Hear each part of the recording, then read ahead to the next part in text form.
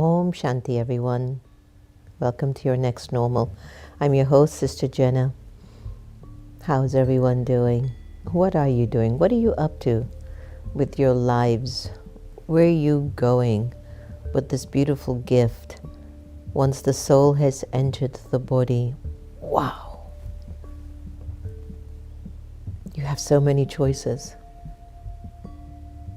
You have so many choices.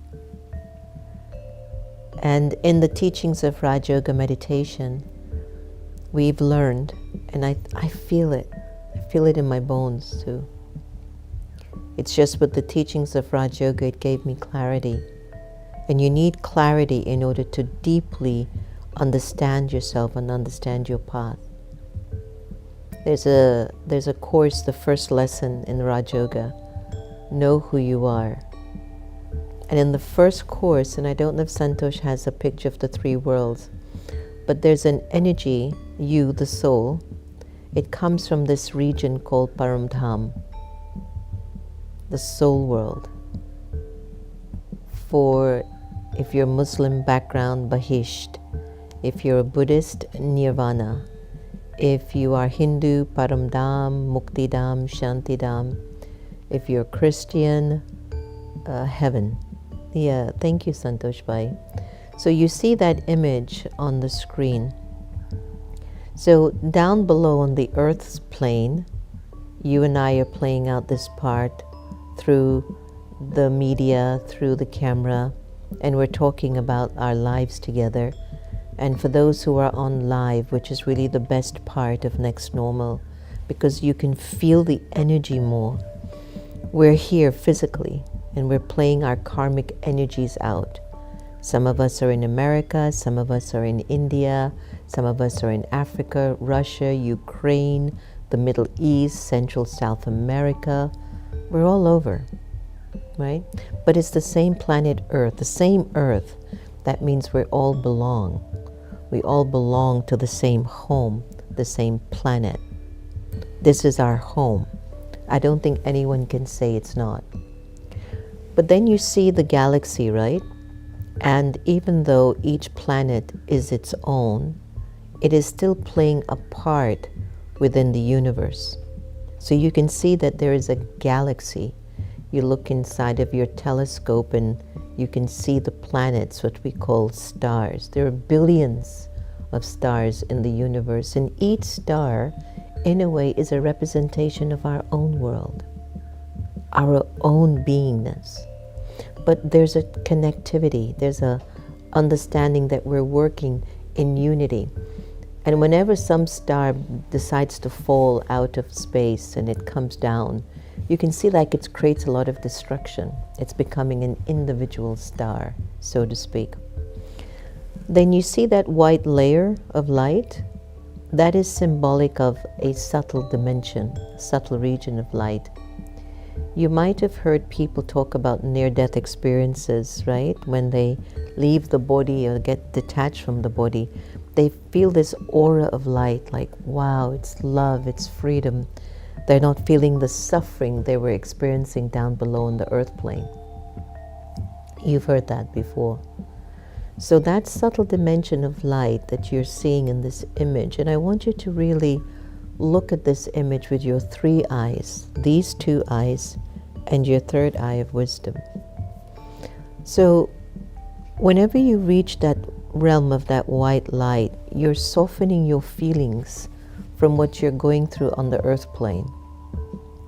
In other words, you're moving into your real sense of self. You're experiencing good wishes and pure feelings. Shubh bhavna, shubh kamna. There's this natural essence of your being, your sentient energy is serving. It's in good energy mode. It's got these pure feelings in it. And then there's the home for the soul world, Bahisht, Nirvana, Paramdham, Muktidham, Shantidham, heaven. That's where the soul comes from. So the soul is in this realm. It comes from that realm.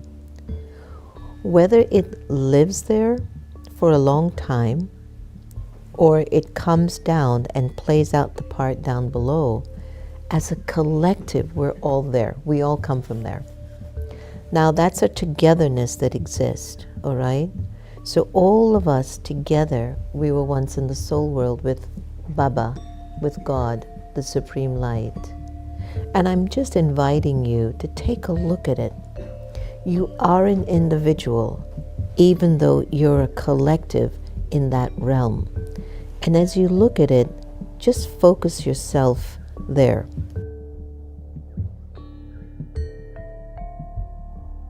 Just imagine when you're down below, you're with a collective energy of people in bodies, okay?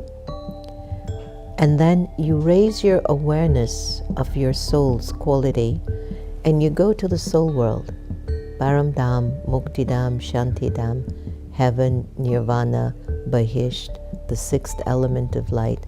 And there's a whole bunch of souls there too. And you are one of them. And you are together. And there's a power there. There's a power there. Now, Santosh, put me back on, please. And I just wanted to show you that image because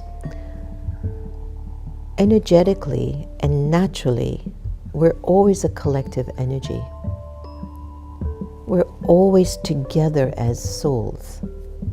And personally, at an individual level, we are always our own story, no matter who we're with or how many people we're with.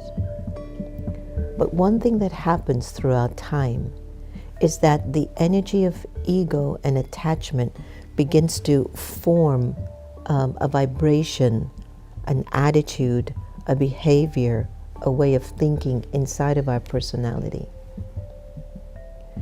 And when ego, attachment, desire, lust, greed, anger, peacelessness, when that becomes an energy inside of the souls, we start to separate ourselves. I know that's a big thing. Something in this algae, the acronym, anger, lust, greed, attachment, ego, algae. Write it down. Anger, lust, greed, attachment, and ego. Santosh, if you can put it in the comments, it would be great. This energy in the soul somehow has convinced us that I am the only one. I'm an island. It is my way or the highway for you. I am the only one that is important here, not you. And so it creates a division. And even though in a division in the world, and it's happening everywhere, in the division, you're also finding a group of people who believe in the same ideology that you do. And so on one side, first you're divided. There's some element within you that algae has taken over your thinking, your intellect. So you start to compare, judge, criticize, compete, deceive. Because the algae now says, I'm not going to work as a whole unit. I'm going to be my own person. I don't trust you. Don't trust you. I want what you have. I'm going to find a way into your vortex so I can get what you're giving, and then I can move on and mind my own business. People are becoming very selfishly driven. If you really look at the world today, what's in it for me? And that's all because of algae. What's in it for me? What can I get? Now, follow me here. You begin to develop this attitude and behavior for many births. And even though you only look out for your people, my wife, my husband, my kids, my family, my house, my area, then maybe my neighborhood, maybe my city, maybe my state, maybe my country. How many of us think about the whole world? And that's all because of algae. There's no cooperation. There's no unity. There's no feeling that we're together in all of this. The conscious energy in the world right now is, what's in it for me? That's the ego. I don't like you. I want what you have, but I'm going to go behind the scenes. Or I'm going to wage war on your country because I need power over your country so I can get more of what I need. It's all ego. It's all attachment. And that division is crumbling our human fiber. We're not able to feel the value and the worthiness of our lives because of that negativity. So that algae, anger, lust, greed, attachment, ego, is recording in the soul as if I'm not safe, I don't have enough, I don't trust them, they should not have as much as they have, I should be more. Who are these people? This one's like this, the Republicans are like this, the Democrats are like this. Blacks are like this, the whites are like this, Indians are like this, Chinese are like this. You know the Russians, you know the Ukrainians, Africans are like this, Africa is this. You know they're eating dogs and cats. I'm just telling you what this algae is doing to us. And so individually we break away from the unity we can create for our families, our cities, our countries, our world. And we become this individual pod of very selfishly driven people. Now here's what's unique. There's a tribe of people who all think like that. And so on one end, there's this collective energy of very selfish, motivated people. How do you know you're selfish? You don't want to see anyone grow bigger than you in your vortex. Number two, you want to keep getting up on others, impressing them, doing more, showing them. So you work hard, you make your money, and behind your making money, it's not just to really make the family okay, subtly. Sometimes as I want the neighbor to see my new car, my watch, my this, my that. How are you? It's selfish. It's motivated by a mentality that is still driven. Of course you have earned your Rolex, your Cartier. You've earned your car. You worked hard for it. But it doesn't change you if you end up in a rickshaw or in a Maybach Mercedes. You're the same person. I'm here to help. I want to help my humanity to be better.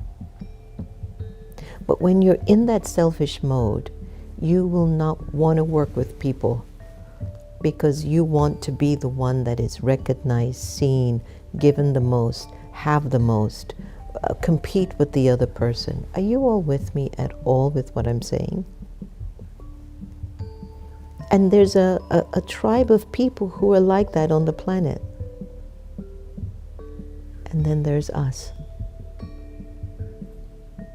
How can I help you?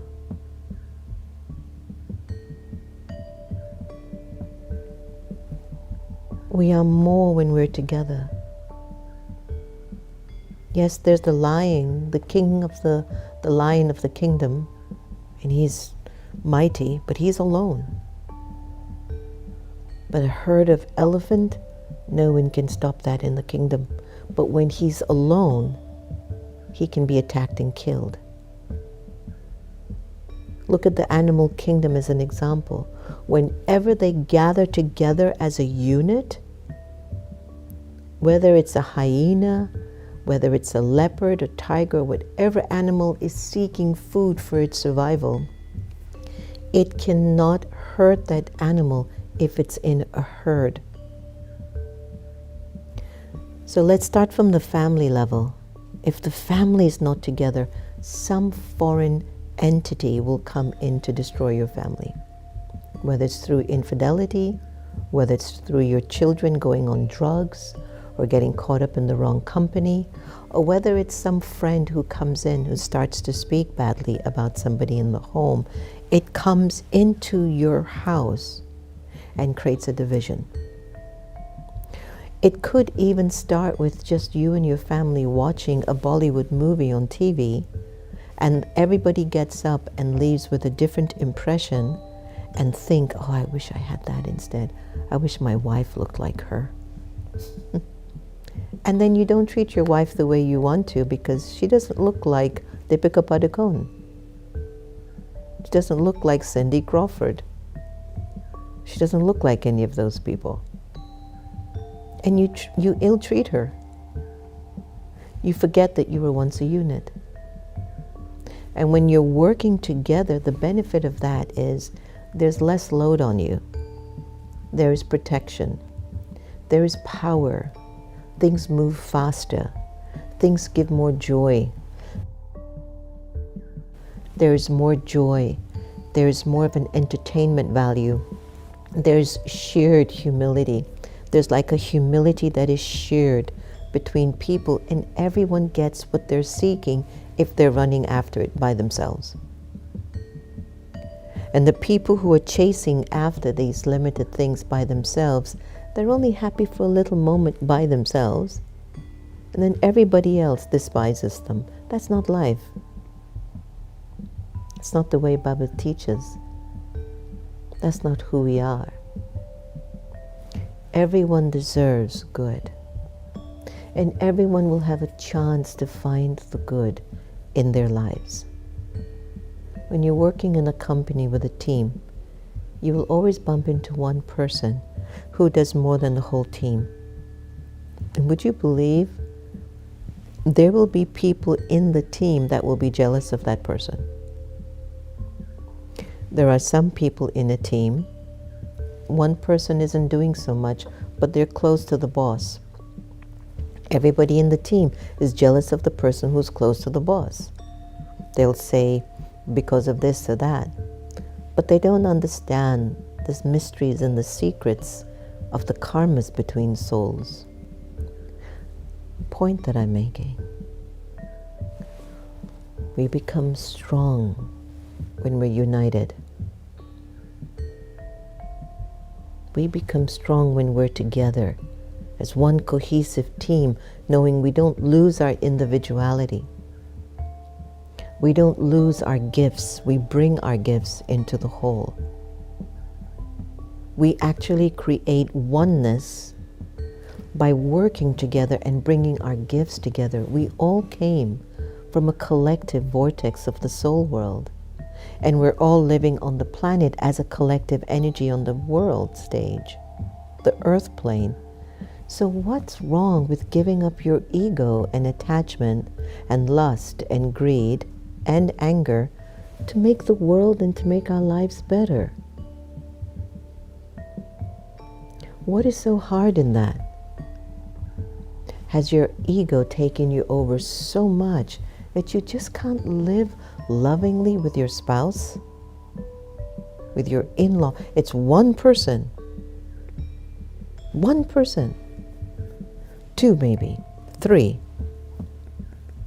And you are not able to identify the way you're killing yourself with the ego and the attachment and the greed and the jealousy and the expectation and the disheartenment and the deception and the lies and the cheating and the competition. You're not feeling that at a soul level. You separate yourself. Behind the scenes, you're trying to be up on the other person. That makes you feel good. Karmically, you think that's going to play out for you?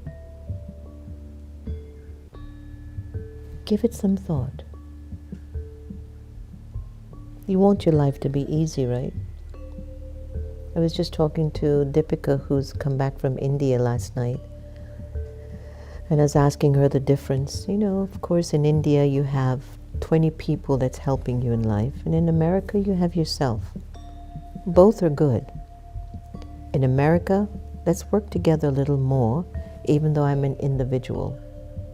In India or Eastern cultures or ancient cultures, yes, your collective is there to help me, but please, can I also have my own thoughts? If we can bring these two factors together, there'll be world peace. It's something I want to have us dive into. President Biden at the General Assembly at the UN made an empathic, a compassionate speech to the world leaders. In essence, he said, your people are more important than you wanting to stay in power. And he said it because he moved out of his position of power consciously, and he brought Kamala Harris into the limelight because he knew the people were losing hope. And he stepped back from his seat of power. I'm reminded by Nelson Mandela, who did the same.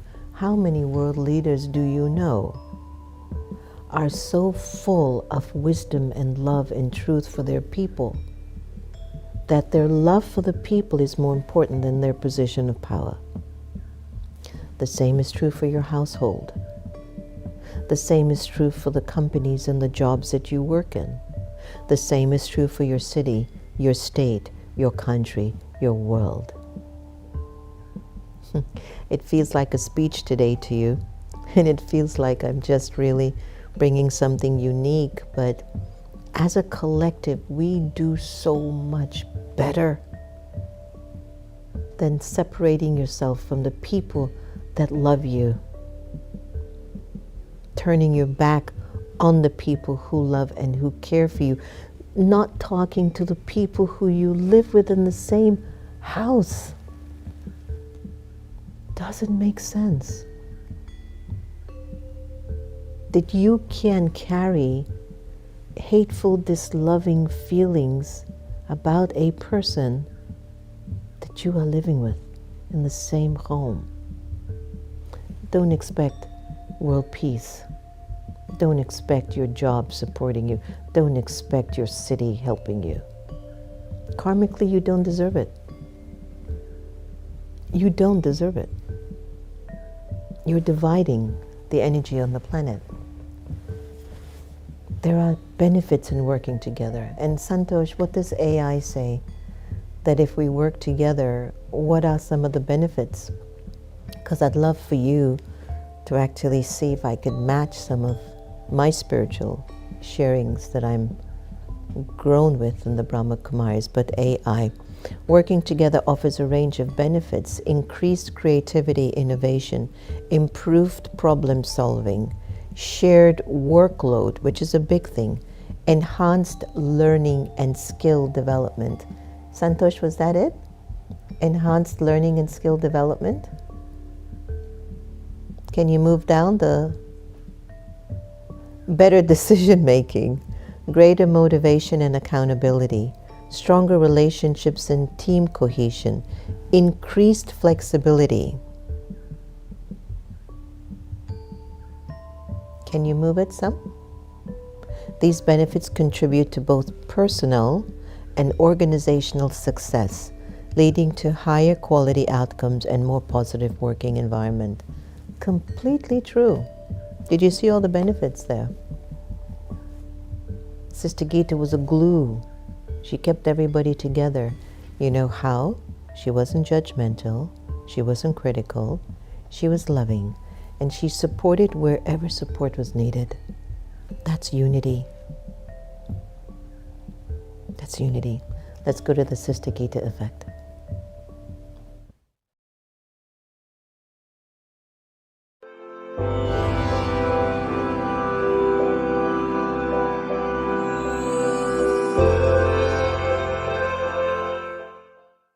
Silence.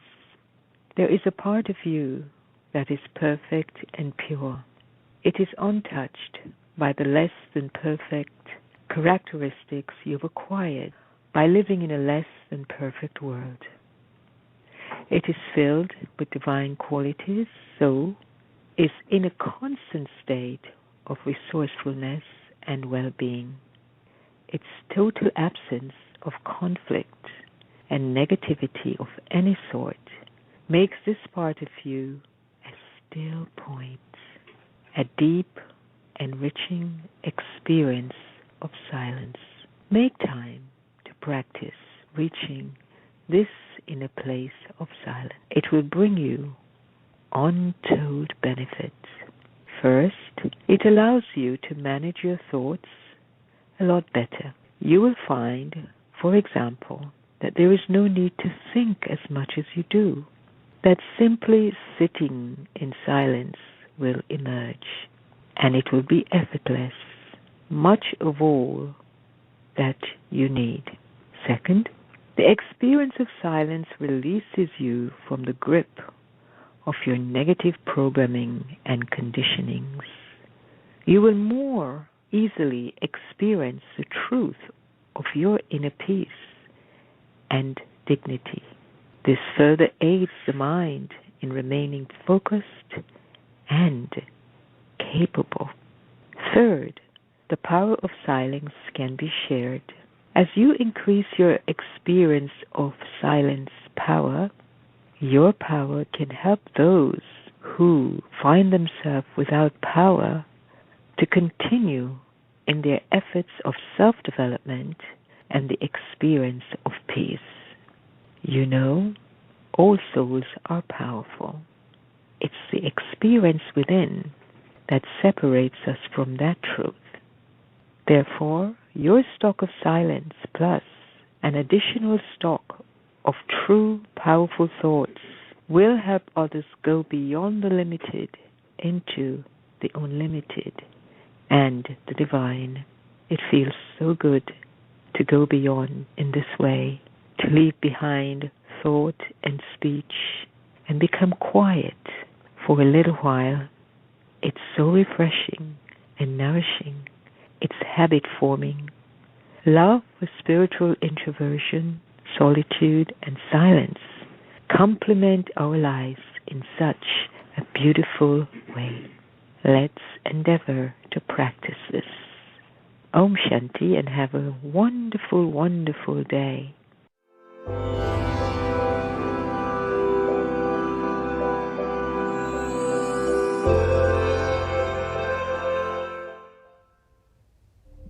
So beautiful.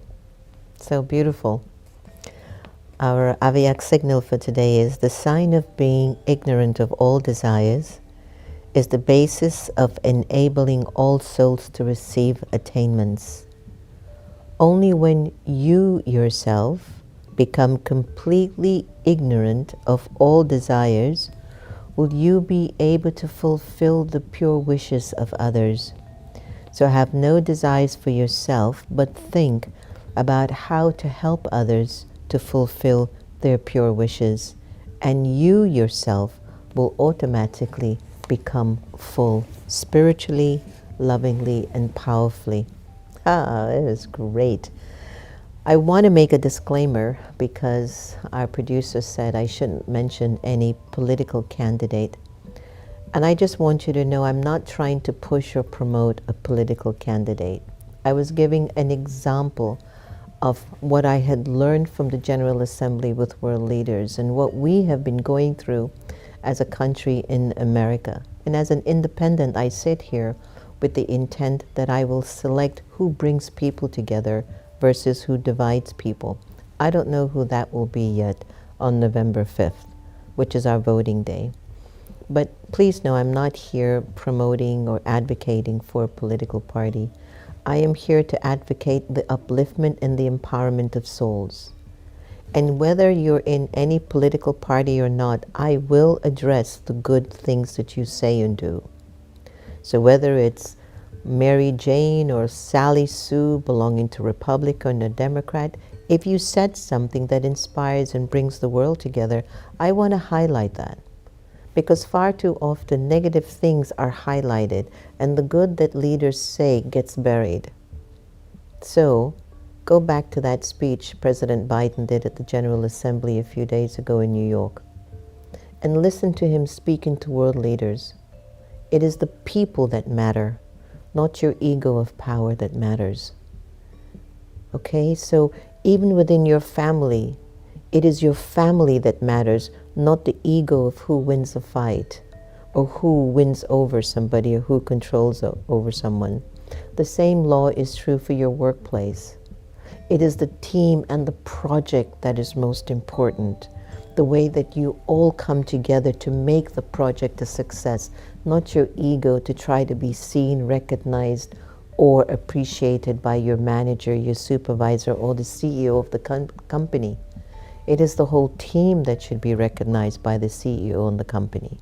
You get what I'm saying now, everyone? Are you with me on this? What is happening too much in our world is negativity gets highlighted and they get breaking news. But when people do good, the news is not covering it. I want to cover good news. The good that people do. To begin to amplify that and get that as the seed of thought planted in our subconscious. So I wanted to just share this with you because as somebody caught up with a variety of people that you're working together and living together, I have seen the power of unity. I have seen the success behind people working together. There's a few of us, Santosh and myself, Antonia, there's just a few, and Sister Gita was around. There's a handful of us. I can't tell you the joy that we have in working together without anyone trying to up the other one. This one got more than this one, and this one is having more fun than me. Why didn't Sister Jenna? Nobody had that. It's what is in it for Baba. How does Baba serve? How do we bring the revelation of who God is to the world so that everyone can take power from God and become their best self? We work together like you would not believe. It's the greatest example of team working and team building. I'm asking you all out there to come together. Do good for your families. Do good for your workplace. Do good for your cities, your state, your country, and your world will be good. So let us come together more and work as a unit and recognize I don't lose my individuality in this. I'll be fine. I will still bring my strengths and my talents to the collective. Practice loving everybody the same. Your love will increase. Thanks for joining us on Next Normal. Be well.